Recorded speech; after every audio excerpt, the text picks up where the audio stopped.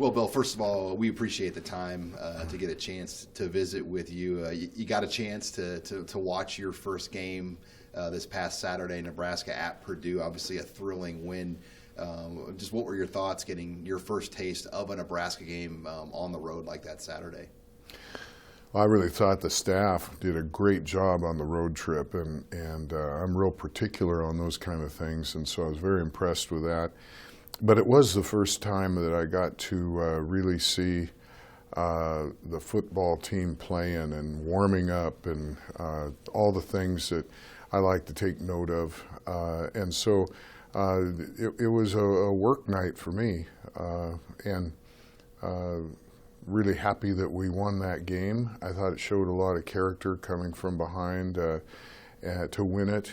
But I got a little something now to study and think about, and then of course I'm looking forward to the one this weekend against Northwestern. Yeah, how unique is the situation walking into a job in the middle of a football season in the circumstances you're in? You've been around the block. You've been athletic director a long time. I mean, can you parallel any comparisons to kind of the situation you've walked into taking over in the middle of a football season like this?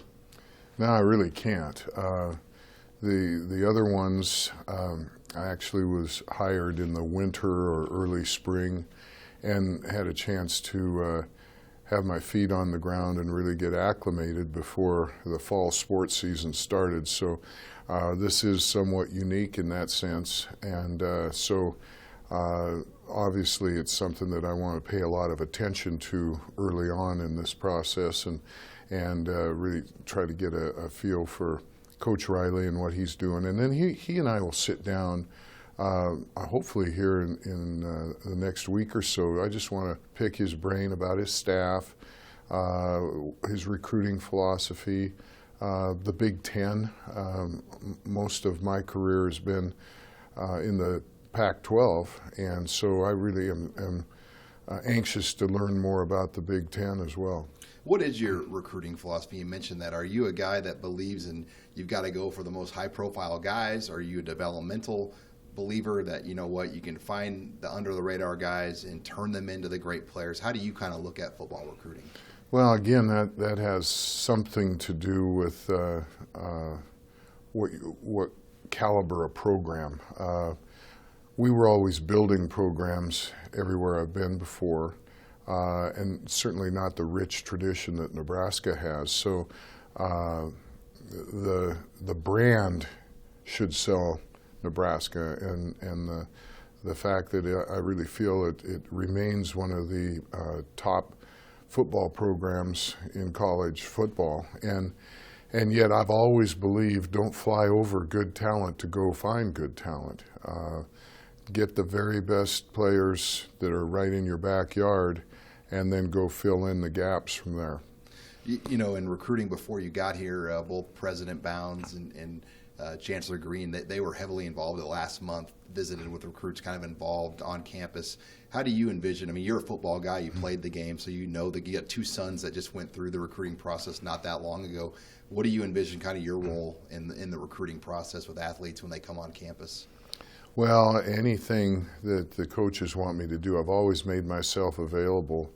And my coaches in the past have always utilized me because I think the prospects, when they come onto campus, about 80% of the time, it's been my experience, they're bringing one or two parents with them too that have different questions and want to see maybe a little bit different things than the prospect himself or herself. But I've always felt that they need to hear my vision and my passion from the top, and reassurance that there will be stability and these kind of things, because these are huge decisions that these young people are making. And I would have to think, and this again, I want to talk to Coach Riley, that you're going to have top-notch prospects interested in coming to Nebraska that have got a lot of different options. So what can we lay out there that is going to be very impressive to them? And that would be facilities and what we've got, this passionate fan base. I mean, there's nothing like it. I've been around a long time. This is pretty amazing. And just the wonderful town of Lincoln. I mean, it's if you didn't know better, you would think it was fake. But these people are absolutely genuine, very welcoming and caring, and it's really a unique situation here that makes it, I think, a destination, and should be a destination for young people who are interested in competing at this level at a great university. Yeah, is that you always hear Nebraska fans are the most knowledgeable fans. If you picked up on that in a week, I mean, you get people here study every little aspect of this program, whether it's the backup tackle. Oh, and I like that. Yes, I've gotten a couple suggestions in the last week or so, but they are knowledgeable, and I'll be able to witness my first home game coming up this Saturday, and probably get really a lot better taste of that and a good feel for it. Some new rules in recruiting came down, notably the December signing period. How do you see that affecting coaching movement here this year in college football in general? We've already seen Florida. They had their own reasons they made a move, but how do you see people kind of reacting now to this December 20th signing day this year? Well, this will be new. And I was involved in this legislation at the NCAA level. I think there's a lot of positives to it. Certainly it could be a problem and a challenge if there's going to be a coaching change at any university. So we've got to kind of see how that goes. I do think that in a program like we have here at Nebraska, to secure top talent early and get it over with is good for the program and really good for the young student athlete as well. When you kind of just look at recruiting in general, we talked about satellite camps. That was another rule that was brought in. Nebraska took full advantage of that with the relationship with Adidas. How do you look at satellite camps? I know there's some places like in the South, or even places like maybe USC or Los Angeles, they don't need the satellite camps, and those seem to be the guys that are against them. But if you come from Washington State or Nebraska, it's really a benefit. Well, it's a benefit for Nebraska and other schools that are somewhat remote in regards to the huge hotbeds of talent. But it's also good for the prospects themselves who maybe can't afford to get a plane ticket to come to Lincoln to go to a camp. And so we can go to their backyard. It's a lot more cost effective for them. And not everybody's going to be going to USC in Los Angeles. They can only take 25. So I was very, very much a proponent of it when I was at Washington State, so that at the time we had an opportunity to get in there and tap into that talent pool. And the same, I've got to think, philosophy holds true here at Nebraska. And this spring will be the first time that we'll see prospects take visits in the spring. I think April, May, and June will be open for visits. Parents can now be obviously paid for. That's been a couple years now that's been able to be done. How do you see that changing things in general? And what kind of, is the strategy going to be different everywhere as far as bringing the guys in early versus waiting to bring in guys late, et cetera? Well, again, excuse me, it speeds up the process and alleviates some of the stress and anxieties on the prospect side. There will be some problems in regards to the academic piece. Are they going to qualify to be admitted and those kind of things? So we're going to see kind of how that works out. But I really feel that if you can lock it up, much like in men's basketball, for example, that early signing period in the fall, they've got it all done before they go into their senior season. Now, there's pros and cons to that, but I've got to think that most of them are positive. Let's talk about facilities now. When you've now had a chance to really see everything at Nebraska, probably in the last week or so, overall take on the facilities and maybe an area or two that, let's make this better over time.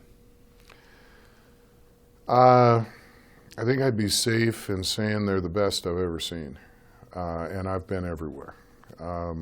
Better than Oregon. Yeah, and Oregon's pretty good. And I've been a builder most of my career, so I've taken design teams around the country and looked and cherry-picked at some of the features. In fact, I brought a design team here when we were building some things at Washington State, and also when we were building some things at Oregon. But top to bottom, this is about as good as I've seen. And I'm not just talking football. Football's really good. But the basketball facilities are first cabin. You go out to tennis and soccer, baseball, softball. I went on a facility tour with one of my staff members, and we were on the tour for 4.5 hours, and we only got halfway done. So we're going to take the rest of it today, this afternoon, which I'm looking forward to. So I just think it's outstanding, and that is so important. First of all, to attract the top talent in all these sports, but also to develop them once they're here. We've got some things that need to be addressed, and some of it's in the north and south sides of ends of Memorial Stadium to make it a little more user-friendly for our great fans. And there's some things. Swimming needs some attention, gymnastics. I think we got the #1 volleyball venue in the United States, and I'm eager to see that in action. I have gone through it, but not with 8,500 fans cheering, and I'm going to get to see that on Friday. Did you almost have to double take when you saw, like, wait a minute, this is the volleyball arena, and they filled this up? I'd heard about it, but seeing is a whole different deal. And again, that's Nebraska, and you can see why I'm so excited to be here.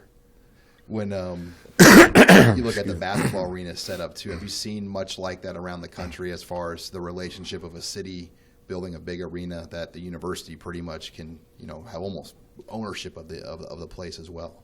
Well, there are a few examples. None come to mind, but there are a couple. But this is pretty special. I have not been in it yet. I will be in this week.